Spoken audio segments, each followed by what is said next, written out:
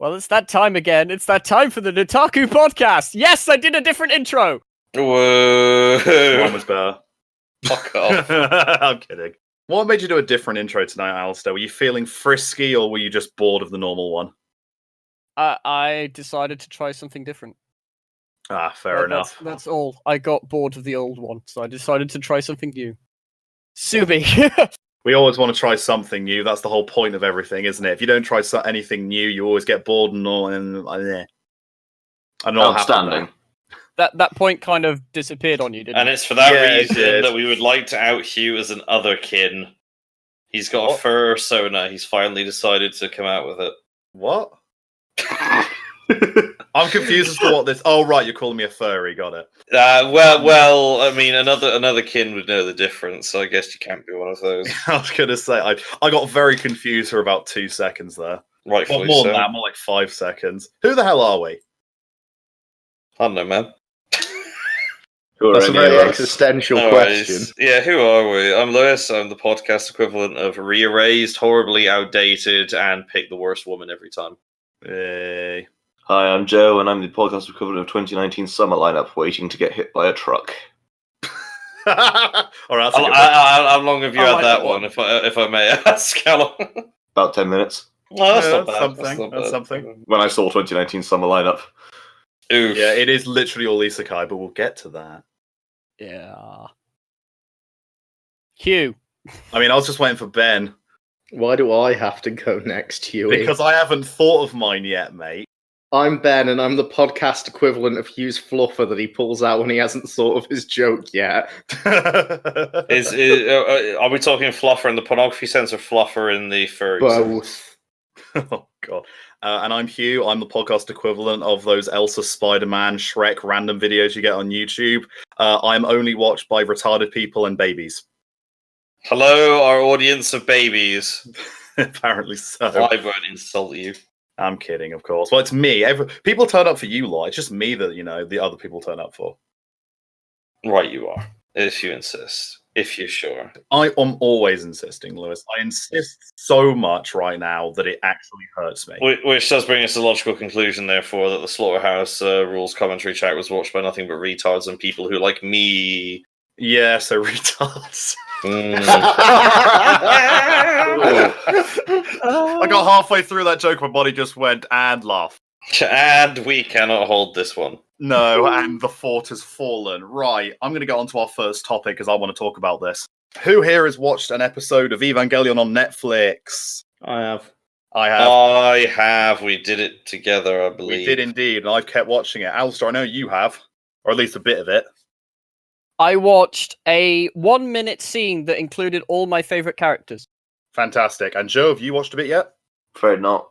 It's not really been on my radar. I was perfectly happy with my old watchings of Evangelion. I think if I watched it now that you've all made me so cynical of everything, I wouldn't like it anymore. I mean, I suppose to me, a new Evangelion anything is on my watch list and on my radar. So, the reason I'm bringing this up is, number one, Ava's on Netflix now. Fantastic. Praise Lord be. It's one of the most important, acquisitions in streaming history as far as anime goes, I'd argue.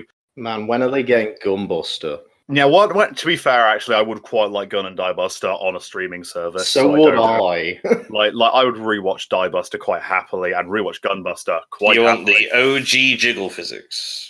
I mean, I want the thing that gave Evangelion its snack machines. Stop stealing fucking douchebag chocolates. Oh, that's Demolition D. Yeah, it's Demolition D. Fuck. I watch too much trash videos, you. You know how I know that? Because I was stocking up that exact joke. Yeah. I like the fact that I stole a joke from someone, and you're like, how dare you steal a joke from that person? But the person that you think I stole it from someone else. Mate, what are you talking about? Netflix, can you take down this Amazon Prime show, please? Yeah, oh my god, that is so funny. Only if Amazon Prime take down the Netflix show. Oh my word. But anyway, so I have no idea what's going on. Yeah. Basically, people are random tangent. I inferred from context. Don't worry. A bunch of random people have asked Amazon Prime, Netflix, to take down Good Omens. Good Omens, of course, being on Amazon Prime. So Netflix have responded by going, we will take down Good Omens if Amazon Prime take down Stranger Things, which I quite like saying. Anyway, so I like it Evangelion, as well. Evangelion's on Netflix. And people are annoyed about it. Well, I mean, when I say people, I mean a small subsection of people are annoyed about what they have done to Evangelion. Some small things they've done. The ending song is a piano solo because they could not get the rights to Fly Me to the Moon. The dub has been The changed. Japanese version of Netflix has it. Yeah, well, the Japanese version of Netflix has the original, licensing, whereas international licensings are bastard. They've changed the dub, they've changed the script of the dub, and they've taken out a couple of sentences that could have homosexual context. What do we all think before I go off on my soapbox rant? They've also retranslated the entire show in every single language. For example, I will go to my favorite line, which is the homosexual line that has been changed, which was from the Karu episode of it, which originally stated as "it means I love you," was changed to "it means I like you." In the Spanish version, it was changed to "I think you're neat." At which point, I will introduce my main contribution to the evening. Enjoy. That's me done. Okay, I'll be popping that up on the board right there. It's our Simpsons reference of the evening. Well done, everybody. I'm gonna quit now. I like how they also use the correct "there" on the subtitling now, which I very much like. Yeah, I'll give them that. That was some effort there. I'll give them that. To bring some order to this discussion, should we separate this into the three main complaints that people seem to have? Just talk, Alastair. What do you think? What don't you like about it? Right. So I'll start with the the ending thing. I understand that they couldn't get the rights for it, and that's unfortunate and whatnot. However, when you already have a show with Evangelion, which hasn't been streamed or streamable for several years due to the fact that that Evangelion was in licensing hell, and you've got Netflix who've gone through this entire procedure, which I would assume has taken them a while of negotiating because of where Evangelion was in licensing hell to get the license for this to stream everywhere. Why couldn't they go the extra mile and just get the ending?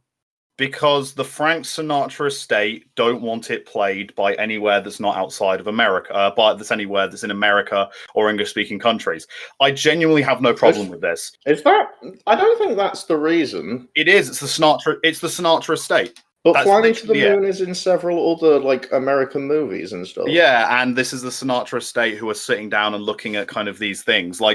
Essentially, the argument goes down. The Sinatra estate allowed it to be used for the original Evangelion because someone turned up and went, we'd like to use a cover version of it for your thing. Evangelion became super popular. It's one of the most popular animes of all time. Imagine you are the Sinatra estate. You're sat there and you're like, we've sold the license to this to the Japanese. At which point, Netflix turn up, one of the richest companies in the world, turns up and goes, hi, we're Netflix. We've just purchased the rights to that random plucky Japanese anime that you sold the rights to a cover version of.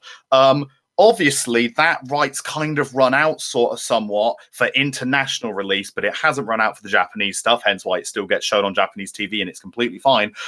We'd like to buy the rights to be able to use this worldwide. How about it? At which point the Sinatra estate turned to each other, did a bit of a talk, turned back and just went, £48 million. And Netflix went, fuck it, not worth my time.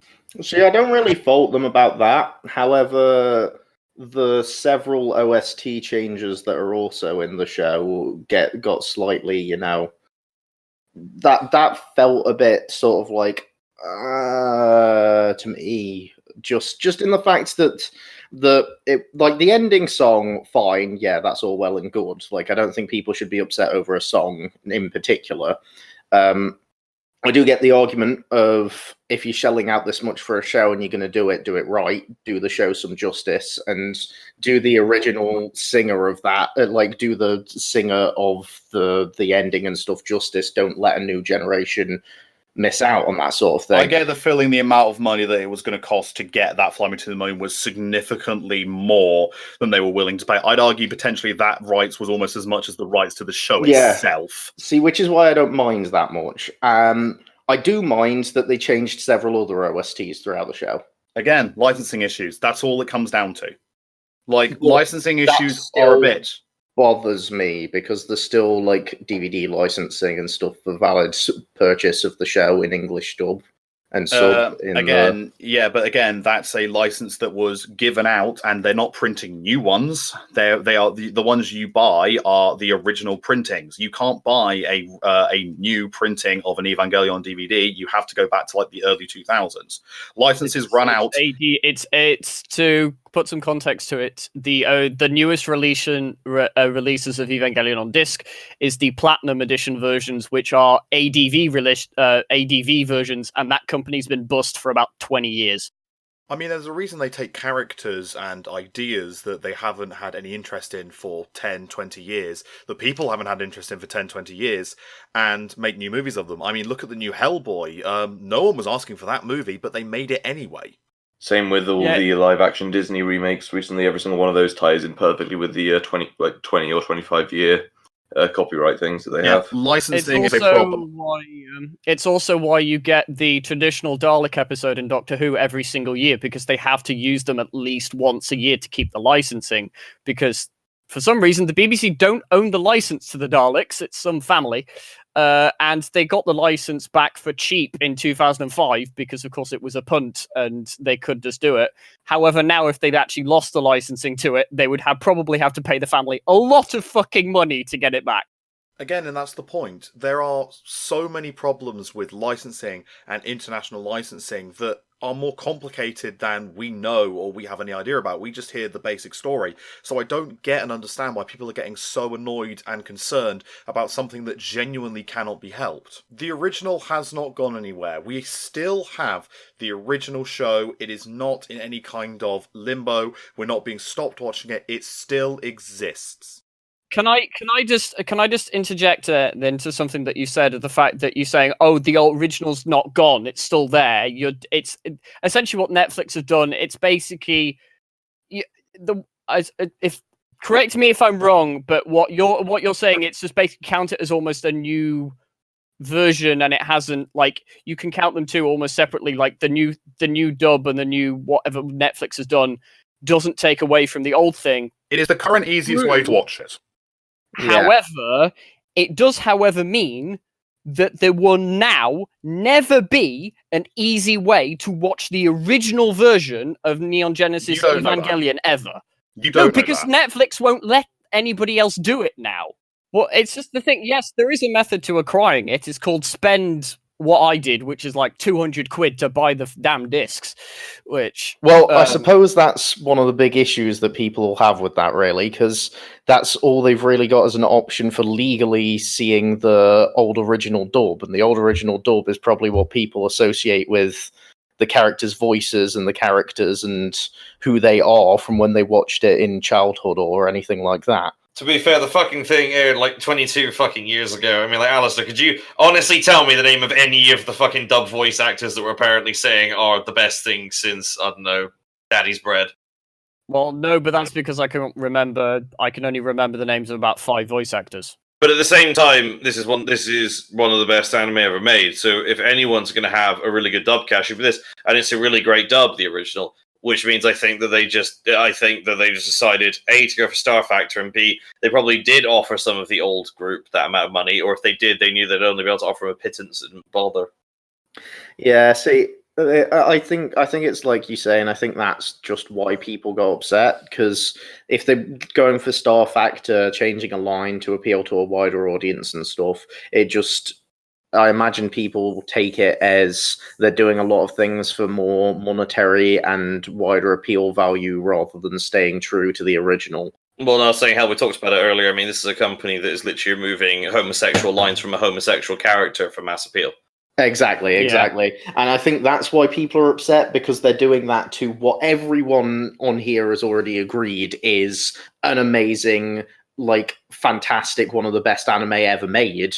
And the fact that it doesn't it's not that it's being changed in such a way. I don't think the changes matter, and I don't think who did it matters or in what format. Like, I think if anyone other than the director, like the original director, had made these changes, then I think they'd be upset no matter what, even if it was just on some random DVD release in Malaysia or what have you. I mean, Star Wars, the director definitely changed a few of the things for the re-releases. Oh, that. yeah. People got very, very angry. Yeah.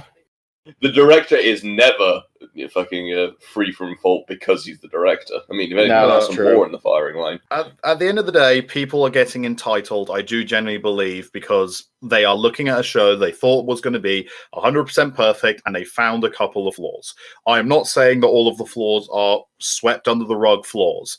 I do genuinely believe that the getting rid of the homosexual undertones of one of the episodes is a bad move. However, I don't believe that changing the dub, changing the script of the dub, changing the OST, or not being able to get the original ending thing in any way takes away from the original. And I do just believe people are looking for something to complain about, because at the end of the day, the anime community throw things under subway platforms for less. I think it just meant a lot to a lot of people, and any change, no matter how small it would have been upsetting, because people just wanted Evangelion as it was. I also think it got into a circle jerk. I also think it's probably also to do with the fact that people are being a bit more harsh on it than they otherwise would be, because the anime community already doesn't like the way Netflix does things. Yeah. Because the anime community already doesn't like the fact that Netflix releases, they don't release things weekly. They wait until, I don't know, 6 months after it's actually aired to release it. Kakaguri season 2. Are you saying that the anime community are looking for something to complain about? I genuinely think that's what happens. But the thing is, Netflix doesn't do things that, like, Netflix does things that we don't like. The anime community is not a big fan of. Two of the big things is, of course, the waiting until binge release, which I was originally angry about, and now I genuinely don't care because we still get them. Yeah, I'm the same. I'm exactly the same on that. As I said before, we had a conversation about that, about saying that the new generation of anime community loves the whole, like, they're all the seasonal episodic week by week thing, whereas a lot of the older people who are, like me and Lewis watching our 240p fucking YouTube shit, will have the binge watch style of it. I mean, no one's ever going to be happy with it because we're split down the middle 50-50. Yeah, and the other thing that that Netflix does that is slightly annoying, and I realize this is a Netflix issue and not an Evangelion issue whatsoever, but the fact that it automatically skips openings is annoying, and I hate it. I'm with you on that. Same with Amazon Prime. I like my openings and endings. I would like to point out I have not changed any settings on my Netflix, and I have not yet once skipped Cruel Angel's Thesis on mine. It literally just plays it normally. Well, no, it's if you watch multiple episodes in a row, it will automatically skip the opening. I've watched multiple episodes in a row, and it hasn't. It's if there's a scene before the thing, then it doesn't skip the opening. Which there never is for Ava. So, and I yet haven't had it skipped. So maybe they've changed that for Ava. For me, for Netflix, usually it'll skip endings because it'll just go straight to the next one unless there's an after credit scene. It won't skip openings. It'll give me the option to skip openings, but I never do. Amazon Prime, however, that always bloody skips openings and endings and doesn't give me an option to not do it, and that really annoys me for it. Man, both skip for me. I think mine's just hates me. Yeah, no, Netflix skips openings for me as long as there isn't a cold opening for the show, it will skip the opening. But anyway, I think we are exhausting the Evangelion topic because I do think we're going a little round in circles for some of our points now. Anyway, that's what I wanted to say. I wanted to get off of my soapbox about something because I do think people are being entitled. What have people been watching this week? / what have people been thinking about this week? So staying on the Netflix thing, and I mentioned it. The thing that I was more excited about for Netflix releasing actually was Kakaguri season 2 because you're wrong. Anyway, go on. Fine, Sorry, Hugh. I have also watched all 12 episodes, mate. So I am as bad as the rest. So yeah, I enjoyed the second season. I didn't discuss. Well, the thing is, I know why you didn't. Well, I think I know why you didn't. Because there were absolutely no stakes, and I was bored out of my mind. Well, my argument is that it doesn't need stakes to be good.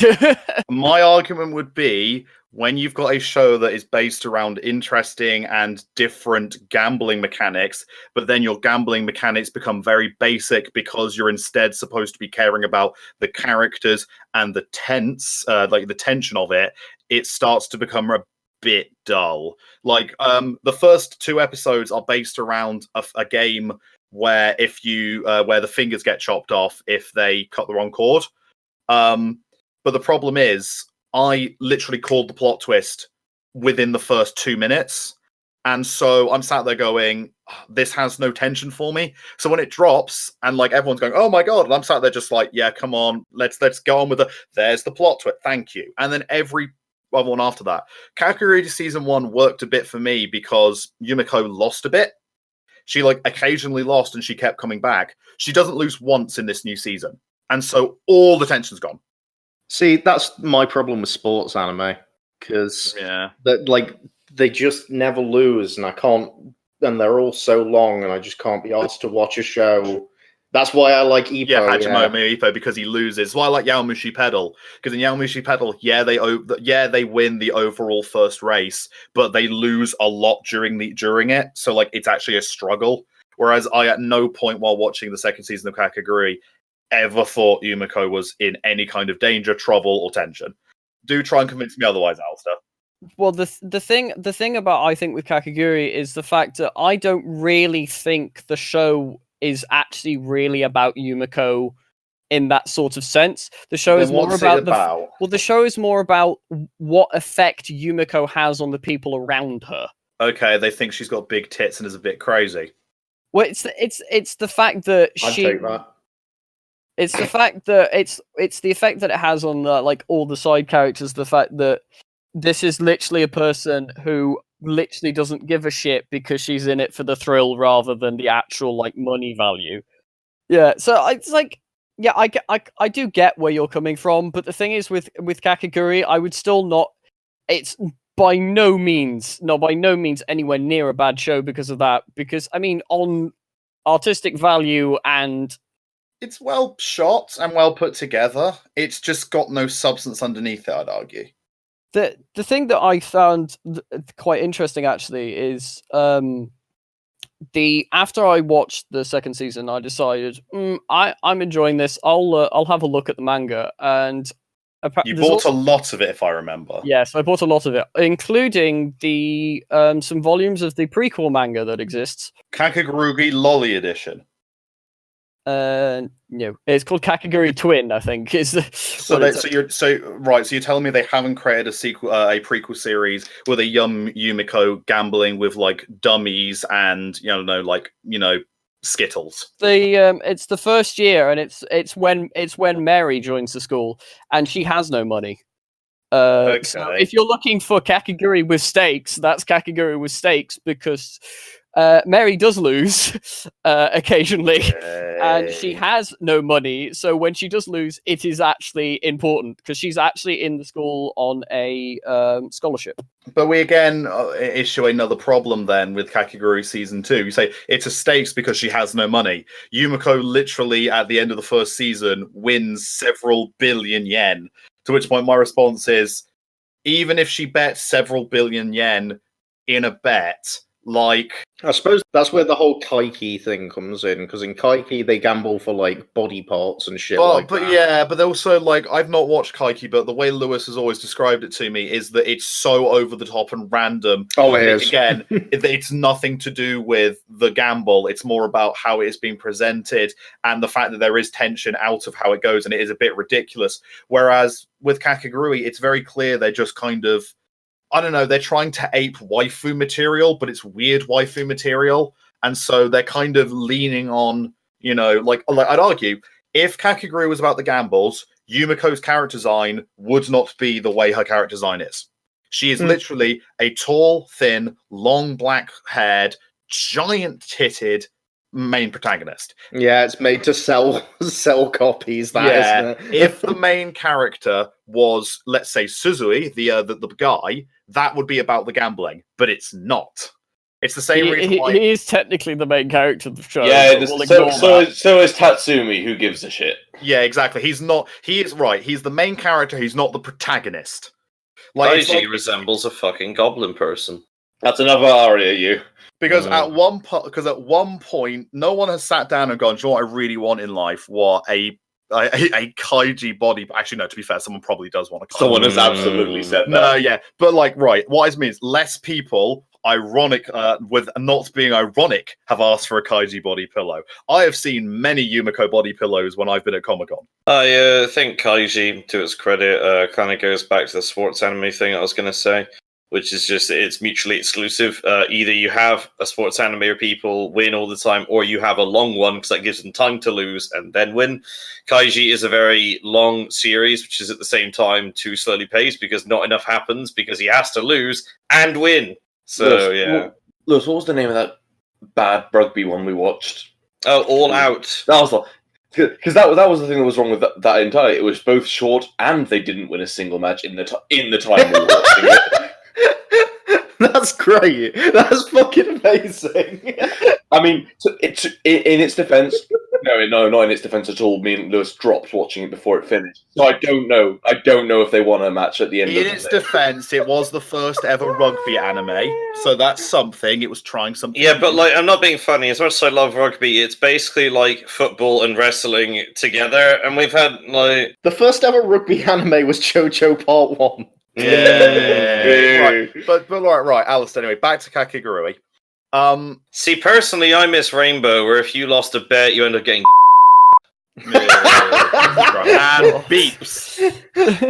The other thing to me, Alastair, that kind of didn't work for it was the first season was kind of more about making your way up the school. If you lost, you were a slave for life. Like, you had to sell away your life, your virginity, your marriage, everything. You could not plan anything. You were gone. I liked that part of the original series. It's why I found the first series like really good and I was defending it.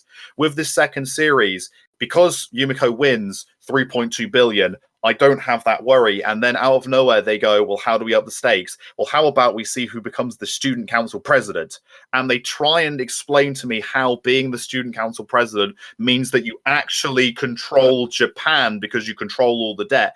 And I sat there and started slamming the X button to doubt. I thought you were going to say slamming tequila. I think the I did that anime too. may have shot itself in the foot slightly, because one thing that I did discover when buying the manga and looking through the manga. Isn't it original content, the anime? No. The final episode... It's a cliffhanger! Woohoo! The final episode of the first season is anime original. She hasn't actually fought the student council president yet. So that's the whole point. That's the whole point, I think, of the student council president election arc, if you so want to call it that. Is the whole point, is the end goal of that is Yumiko is trying to fight her way up the ladder and get votes to basically end up fighting the student council president at the end. Okay, so that kind of gives me the same problem that bloody Shokugeki no Soma had. It was like trying to earn the right to fight the person who was at the top of it all the first. Just walk in and go, fight me, bitch, and it'll happen. And obviously that seems to have happened in the anime of Kakigurui, but not in the manga. That's just a problem either way. Like, I'm fine with that being in the manga because that gives progression and an aim and a goal to it, which is, I'm assuming, the point you're going towards, Alastair. Like, they kind of glossed over that. The manga has similar pacing issues, I'd argue, but really, I don't know anything about the manga at all. I don't know. I just think when you try and take an anime whose stakes were you lose your life, and then the stakes become you become a student council president, it's like it feels like a downturn to me.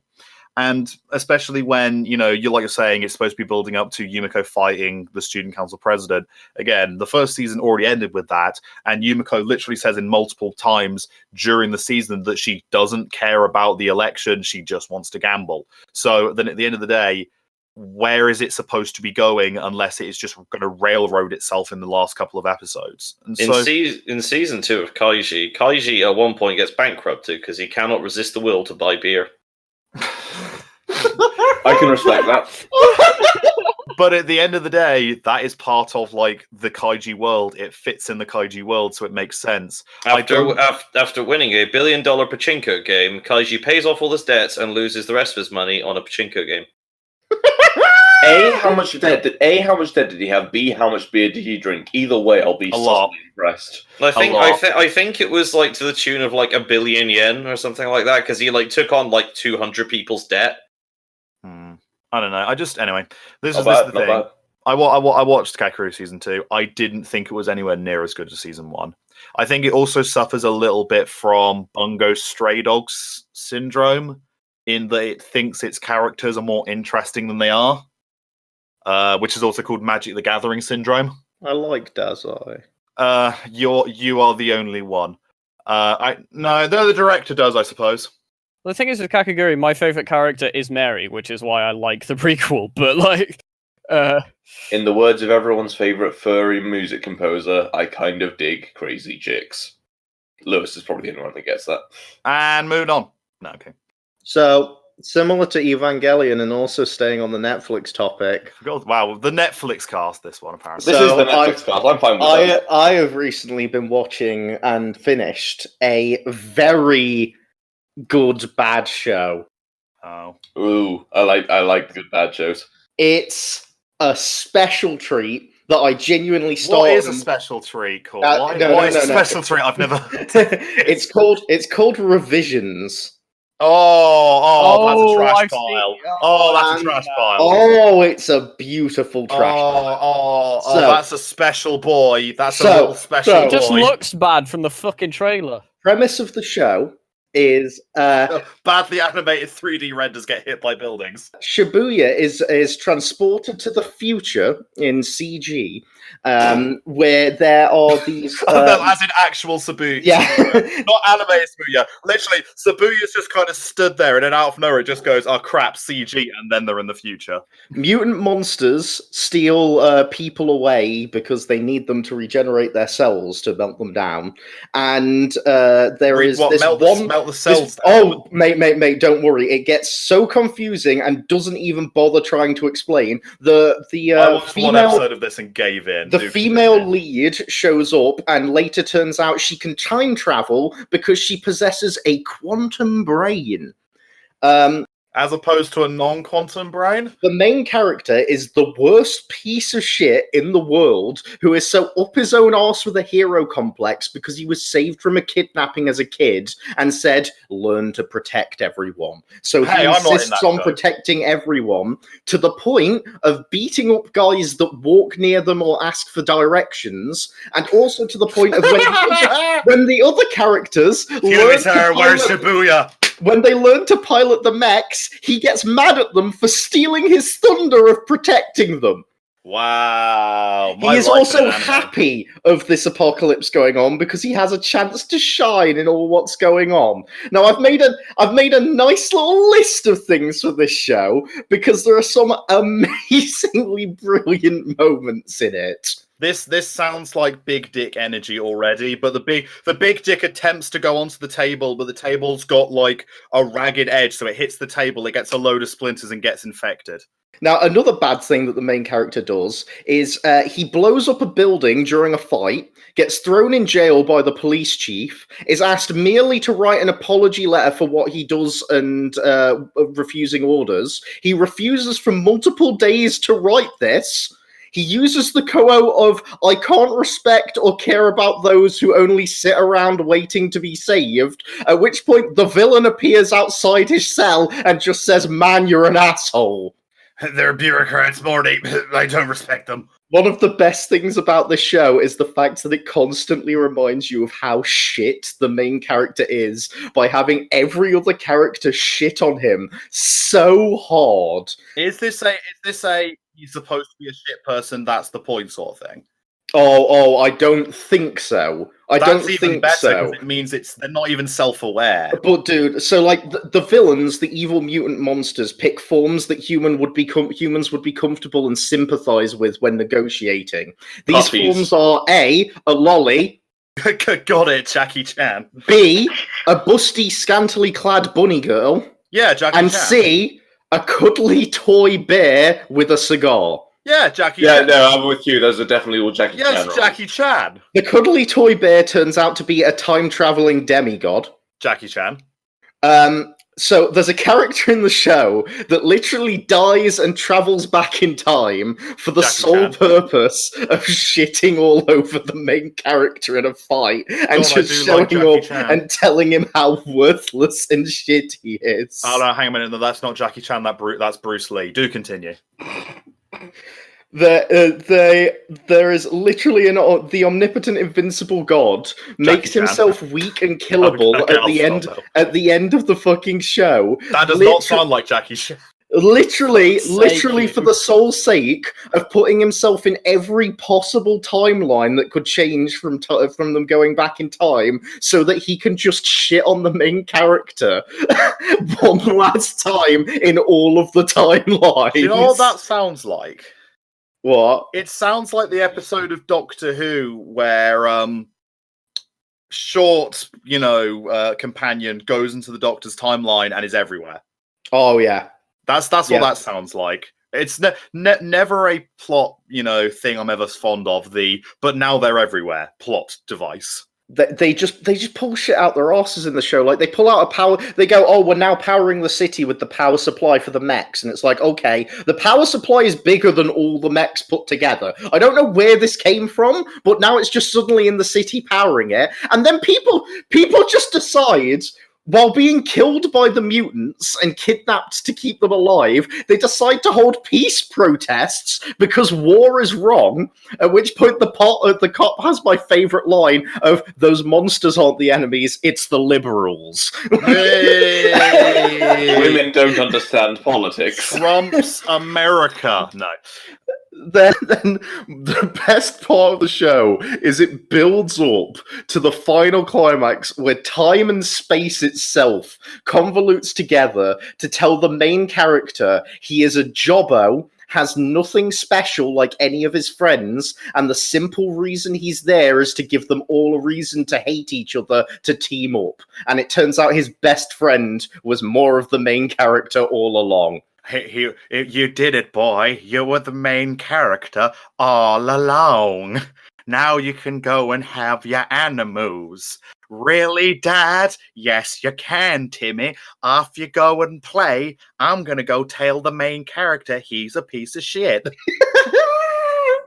And then he gets crushed by a building. I genuinely could not stop watching this show because it's just so bad that it's good. It's meme Shield Hero at this point, where it's just like, how are you going to mess up this time? I just can't believe how hard a show doubles down on shitting all over its main character and telling you just how much of like a bitch he is. And then he goes out with his massive hero complex, beats the monsters, then comes back, and then it's like, yeah, you beat him, but you're still a little shit. Fuck off. It's just fucking funny. And the fact that they just throw in like it just throws in randomly after 2 episodes of like monsters kidnapping people, tearing them apart, mech suit battles, stuff like that, then it just suddenly throws in, oh, by the way, here's the furry. Dab! It's just, here's the furry because you'll sympathize with the furry, which is why they chose that body for They're a weirdo like you. It's fucking ridiculous. Although it does... when shows just do this, where they just start throwing everything at the wall and just hoping something will just stick. like lollies, furries, mechs, future, mutants. Are you liking it yet? Oh, dude, it pulls something out every episode. It's like, here's the future, here's these monsters, here's some entangled plotline with the suits. Now there's time travel. Now there's a virus that was around. Oh, but the virus is cured. But now there's this secrecy going on. Now there's betrayal by the mayor. Oh, but now he's in jail. And now there's kidnapping. And now there's potential rape. And it's just like, what the fuck is this show doing? I get the feeling this is one of those nurse animes where it's like there's always something where you're just like, hang on a minute, why is that nurse? I found the plot hole again. Excuse me, allow me to extend my sense of disbelief. A good evening would be getting a few drinks, having some friends over, and just watching this lovely train wreck. But Ben, that would require me to have friends. Oh shit, you're right, Hugh. Sorry, And not just live in a completely different city. I didn't mean to rub it in. No, it's fine, man. I'll let you rub anything. Oh no! Oh yeah, Hugh. Oh yeah, there we go. No, I'm kidding. I'm so confused. Oh, Yeah, I'm I'm as so well. uncomfortable. Yeah, that's what you should be. No, I'm kidding. I love it when a show just starts going train wrecky. Big Order was that for me, where it was just like every single week you're just like, oop, it's going further down the track. There's the other train. Keep going. Yeah, Keep going. that is the show. Thank you for reminding me, because I was desperately trying to remember what show I wanted to compare it to in my head, and it is Big Order. I don't think Big Order will ever be beaten though, because Big Order is that like wonderful. Oh, yeah. I still again refer to Big Order as a train wreck that then gets ploughed into by another train, where it's like, oh my god, what an awful train wreck! I can't believe that happened. Oh, there's another one. And that is the final 2 episodes of Big Order, when they decided to go off script and do originals, because they realized they only had 10 episodes and they weren't getting a second season. So put that accelerator down. So Ben, would you recommend revisions? I would recommend revisions to anyone that's alive. I might go and watch the second episode at some point then. Obviously not now. I'm too busy watching Evangelion. It is just it is a glorious train wreck where they will just pull whatever out. As you say, just throw shit at the wall and hope it sticks. And in between those moments, the main character will be the biggest piece of shit teenager and just get shat all over. Lolly, shut up! Big anime women. Future, shut it! I said be quiet. Get in your bag. That was a bit too visceral for my liking. Sorry. Oh, no. Even I was like, oh, that was going a bit far. Not the viscera. Oh dear, visceral attacks. Visceral please. detail. Oh dear. What else have we been watching / thinking about? As I said, I alluded to it with my fucking intro, but 2019 summer looks dire to me, I'll be honest. Oh, it does. I think we've had this conversation, haven't we? I don't think we've had it on the podcast. I'm pretty sure we have had it on the podcast. I think we've mentioned it. Yeah, it's Isekai summer, isn't it? It really is. The sun has come up at 4:00 in the morning and a truck's hit it. Yep. I took a cursory glance at bloody my anime list with its like recommendations. I was just like, no. Fate. Okay. No. There's no. one good thing coming out in the next season that I'm like, oh, I will be watching that. And it proves how little I'm paying attention that I can't remember what it is. Isn't it Dan Machi, Hugh? Oh, yeah, it is. I know you better than you know yourself. Yeah, because that is, in fact, my kind of trash. I thought it was going to be Lord Elmalloy II's case files. No, as we discussed, isn't that crap? I mean, I'll watch it because I didn't think the first episode was as egregious as Lewis did. Oh yeah, like that was you hated that, didn't you, Lewis? It was diuretic on my fucking screen. I wanted to scrub it away from this earth. I didn't think it was as I bad. thought it was fine. I still think it was. I still didn't think it was good. I think the problem was I recommended. I was like, "Hey, Lewis, this has come out," and he was like, "Oh, really?" And I'm like, "Yeah, it's pretty good." And then he sent a death threat to me. Deservedly so. But occasionally I give Lewis really good anime recommendations, and occasionally I give him ones that are so bad I'm convinced he's going to hit me or just kill me in the next tabletop adventure game. I really don't know. You should have really gone with the fact that you always make good recommendations. I just have no taste. That was your safe out there. Alastair, there's the MILF one. Oh yeah, there is. There's the MILF one. There's the Dan Machi one. There's the giant four-headed one that isn't an isekai, but I'm kind of looking forward to the second season of Takagi-san. Oh, thank God! That's the one I was waiting to say. That's I'm looking all forward right. to that as well. There's 100,000 of trash, and ReZero is waiting. I bet the people who I bet White Fox went like, right, we got the second season of ReZero. Looked at this summer and went, we'll wait. Yeah, I think they probably did. They'll probably wait. They probably won't even do it in autumn because that's when Sword Art Online continues as well. So I still need to finish that. But Hugh, what about Business Fish? Wait, what? Business Fish. What's Business Fish? Except for the nickname I give to my penis. Oh my God, that's an amazing nickname. Halfway through that joke, I'm just like, what is my life? Business Fish is a weird set of, like, as far as I knew, like... Is it the sequel to Banana Fish? No. No. See, first it's banana fish, then it's the in-between series rehab fish, then it's business fish. All right, here it is. Ben, you think my internet is way better than I do? Give me 15 minutes for this to I load. genuinely only know this thing from fucking Facebook stickers. Oh, it's literally just a fish in a business suit. All right. Yeah. Business fish. Does what Like, it says on the genuinely tin. know it from Facebook stickers, which weirds me out, the fact that we're getting anime from, I don't know, it was probably a thing before that? Oh, no, I just saw that and I was just like... You're posing questions to people who have no fucking clue what even we're on about, and you're asking what it might have been before.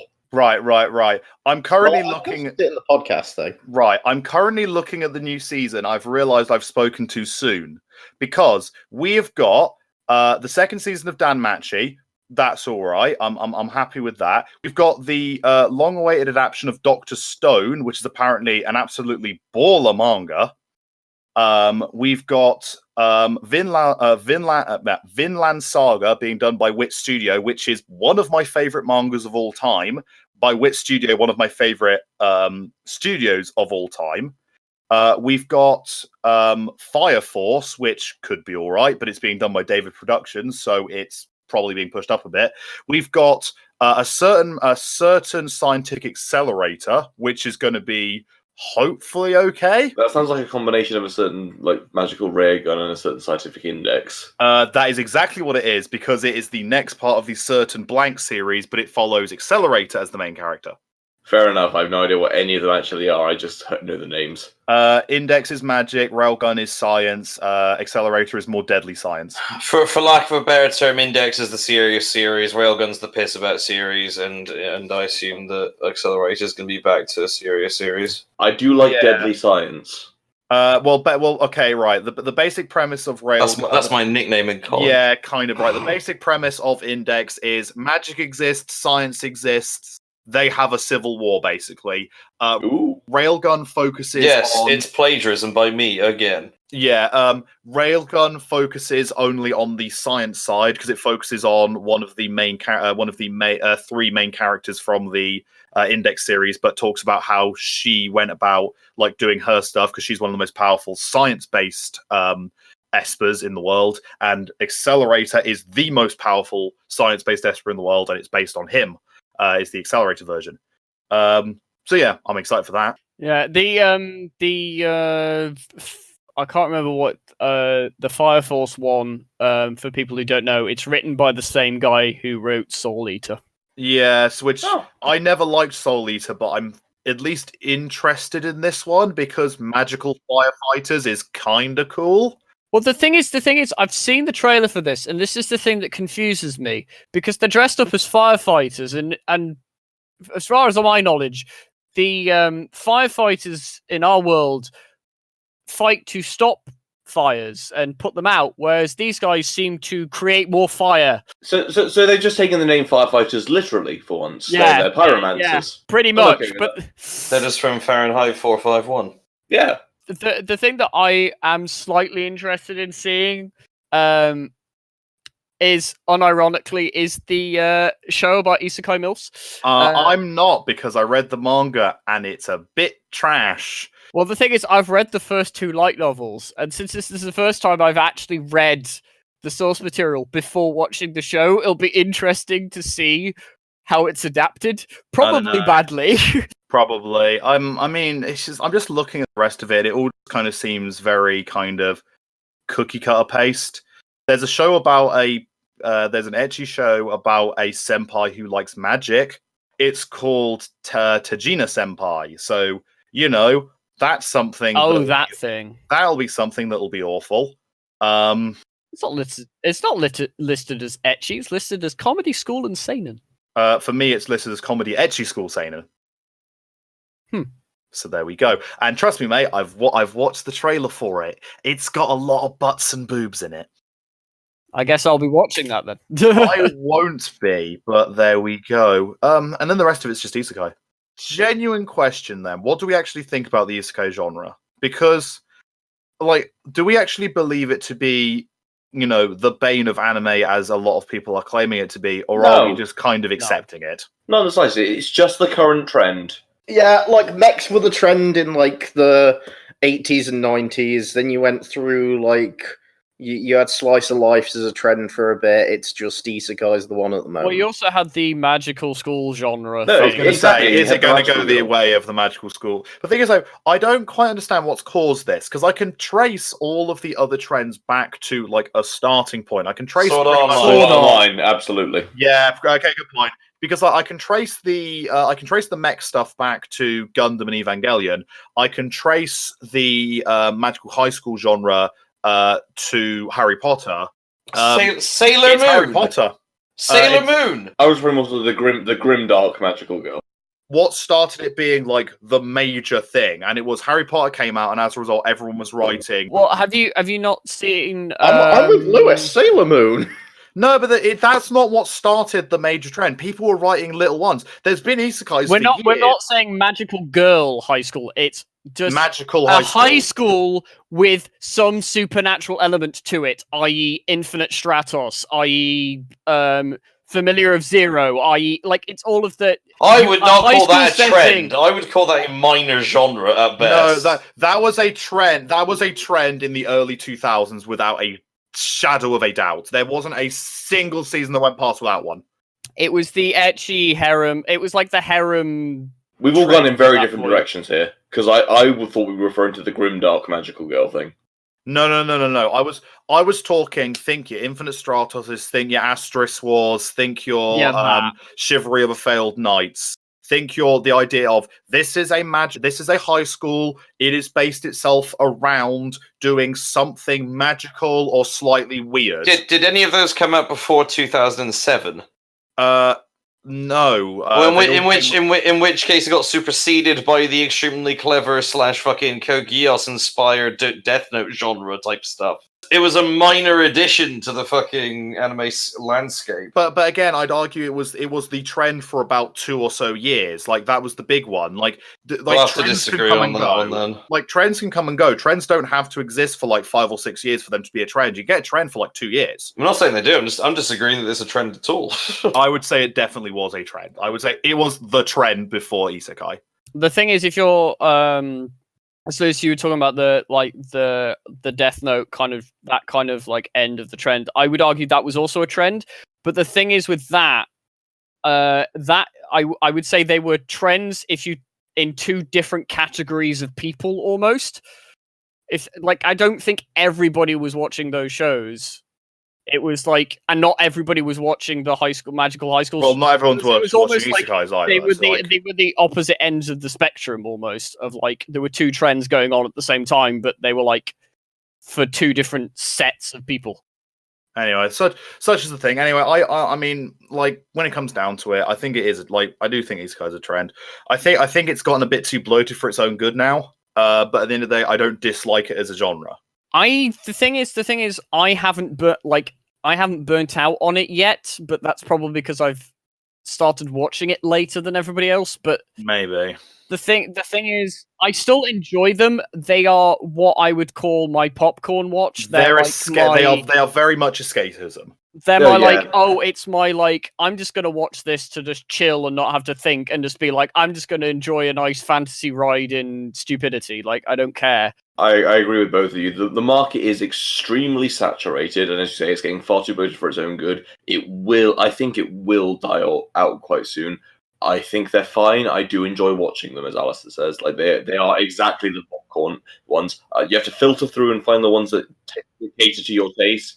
But there are so many of them that is still quite easy to do. Yeah, like I'd argue pretty much that there are still some good ones, but they are getting fewer and further between because I do think, like with a lot of trends chasers, people are just kind of resting on their laurels a bit and going, we can just make a very basic one with a small twist. A lot of them have just simply come down to in another world with a blank twist. So in another world, but it's a smartphone. In another world, but he's actually a slime.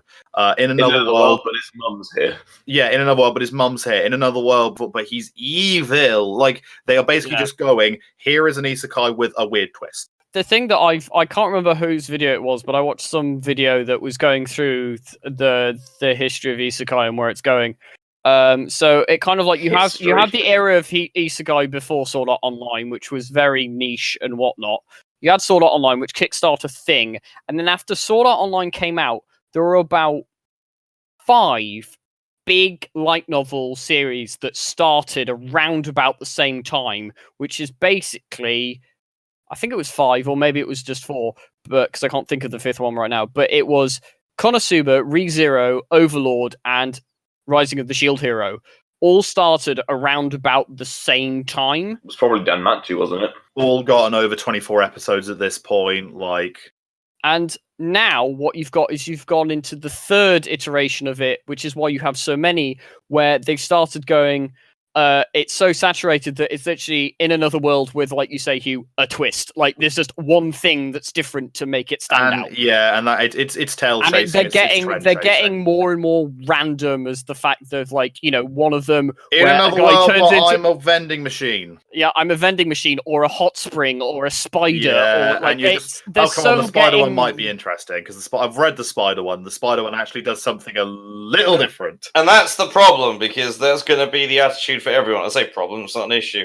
Yeah, The only reason Isekai has survived as long as it fucking has is Sword Art Online happened to coincide with the time that the format we watched anime changed. Yeah. No, Where everyone was, where no one was incentivized anymore to make a very long series.